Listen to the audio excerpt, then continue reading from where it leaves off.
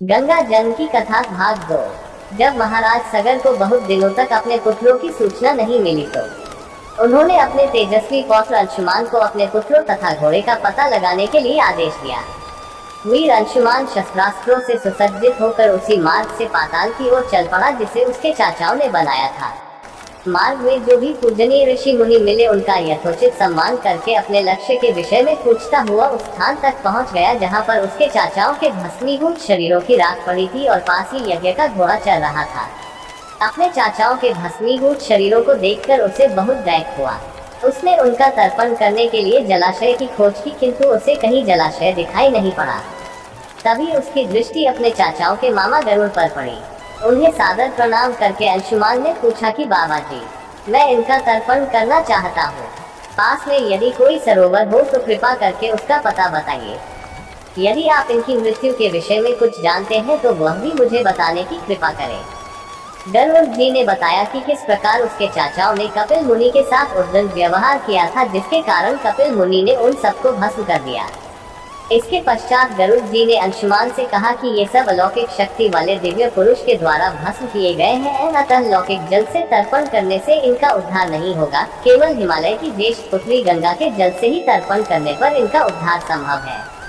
अब तुम घोड़े को लेकर वापस चले जाओ जिससे कि तुम्हारे पितामह का यज्ञ पूर्ण हो सके। गरुड़ जी की आज्ञानुसार अंशुमान वापस अयोध्या पहुँचे और अपने पितामह को सारा वृतांत सुनाया। महाराज सगर ने दुखी मन से यज्ञ पूरा किया। वे अपने पुत्रों के उद्धार करने के लिए गंगा को पृथ्वी पर लाना चाहते थे, पर ऐसा करने के लिए उन्हें कोई भी युक्ति न सूझी।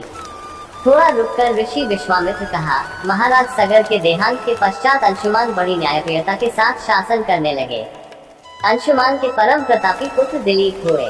दिलीप के वयस्क हो जाने पर अंशुमान दिलीप को राज्य का भार सौंपकर हिमालय की कंदराओं में जाकर गंगा को प्रसन्न करने के लिए तपस्या करने लगे, किंतु उन्हें सफलता नहीं प्राप्त हो पाए और उनका स्वर्गवास हो गया। इधर जब राजा दिलीप का धर्मनिष्ठ पुत्र भागीरथ बड़ा हुआ तो उसे राज्य का भार सौंपकर दिलीप भी गंगा को पृथ्वी पर लाने के लिए तपस्या करने चले गए, पर उन्हें भी मनवांछित फल नहीं मिला। भागीरथ बड़े प्रजावत्सल नरेश थे, किंतु उनकी कोई संतान नहीं हुई।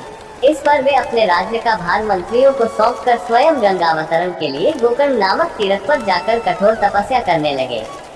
उनकी अभूतपूर्व तपस्या से प्रसन्न होकर ब्रह्मा जी ने उन्हें वर मांगने के लिए कहा। भागीरथ ने ब्रह्मा जी से कहा कि हे प्रभु, यदि आप मुझ पर प्रसन्न हैं तो मुझे यह वर दीजिए कि सगर के पुत्रों को मेरे प्रयत्नों से गंगा का जल प्राप्त हो, जिससे कि उनका उद्धार हो सके। इसके अतिरिक्त मुझे संतान प्राप्ति का भी वर दीजिए ताकि इक्ष्वाकु वंश नष्ट न हो।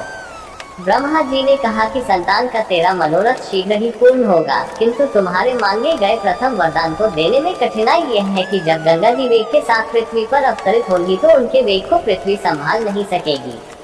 गंगा जी के वेग को संभालने की क्षमता महादेव जी के अतिरिक्त किसी में भी नहीं है। इसके लिए तुम्हें महादेव जी को प्रसन्न करना होगा। इतना कहकर ब्रह्मा जी अपने लोक को चले गए। भागीरथ ने साहस नहीं छोड़ा। वे 1 वर्ष तक पैर के अंगूठे के सहारे खड़े होकर महादेव जी की तपस्या करते रहे। केवल वायु के अतिरिक्त उन्होंने किसी अन्य वस्तु का भक्षण नहीं किया। अंत में इस महान भक्ति से प्रसन्न होकर महादेव जी ने भागीरथ को दर्शन देकर कहा कि हे भक्त श्रेष्ठ, हम तेरी मनोकामना पूरी करने के लिए गंगा जी को अपने मस्तक पर धारण करेंगे। इसकी सूचना पाकर विवश होकर गंगा जी को सुरलोक का परित्याग करना पड़ा। उस समय वे सुरलोक से कहीं जाना नहीं चाहती थी, इसलिए वे यह विचार करके कि मैं अपने प्रचंड वेग से शिव जी को बहाकर पाताल लोक ले जाऊंगी, वे भयानक वेग से शिव जी के सिर पर अवतरित हुई। गंगा के इस वेगपूर्ण अवतरण से उनका अहंकार शिव जी से छुपा न रहा। महादेव जी ने गंगा की वेगवती धाराओं को अपने जटाजूट में उलझा लिया। गंगा जी अपने समस्त प्रयत्नों के बाद भी महादेव जी के जटाओं से बाहर न निकल सकी। गंगा जी को इस प्रकार शिव जी की जटाओं में विलीन होते देख भागीरथ ने फिर शंकर जी की तपस्या की। भागीरथ के इस तपस्या से प्रसन्न होकर भगवान शंकर ने गंगा जी को हिमालय पर्वत पर स्थित बिंदुसर में छोड़ा। छूटते ही गंगा जी 7 धाराओं में बढ़ गई। गंगा जी की 3 धाराएं हलादिनी, पावनी और नलिनी पूर्व की ओर प्रवाहित हुई। सुचक्षु, सीता और सिंधु नाम की 3 धाराएं पश्चिम की ओर बही और 7वीं धारा महाराज भागीरथ के पीछे पीछे चली। जिधर जिधर भागीरथ जाते थे उधर उधर ही गंगा जी जाती थी। स्थान स्थान पर देव, यक्ष, किन्नर, ऋषि मुनि आदि उनके स्वागत के लिए एकत्रित हो रहे थे। जो भी उस जल का स्पर्श करता था वह बाधाओं से मुक्त हो जाता था। चलते चलते गंगा जी उस स्थान पर पहुंची जहां ऋषि जहनु यज्ञ कर रहे थे। गंगा जी अपने वेग से उनके यज्ञशाला को संपूर्ण सामग्री के साथ बहाकर ले जाने लगी। इससे ऋषि को बहुत क्रोध आया और उन्होंने क्रुद्ध होकर गंगा का सारा जल पी लिया। ये देखकर समस्त ऋषि मुनियों को बड़ा विस्मय हुआ और वे गंगा जी को मुक्त करने के लिए उनकी स्तुति करने लगे। उनकी स्तुति से प्रसन्न होकर जहनु ऋषि ने गंगा जी को अपने कानों से निकाल दिया और उन्हें अपनी पुत्री के रूप में स्वीकार कर लिया। तब से गंगा जाह्नवी कहलाने लगी। इसके पश्चात वे भागीरथ के पीछे चलते चलते समुद्र तक पहुंच गईं और वहां से सगर के पुत्रों का उद्धार करने के लिए रसातल में चली गईं। उनके जल के स्पर्श से भस्मीभूत हुए सगर के पुत्र निष्पाप होकर स्वर्ग गए। उस दिन से गंगा के 3 नाम हुए, त्रिपदगा, जाह्नवी और भागीरथी।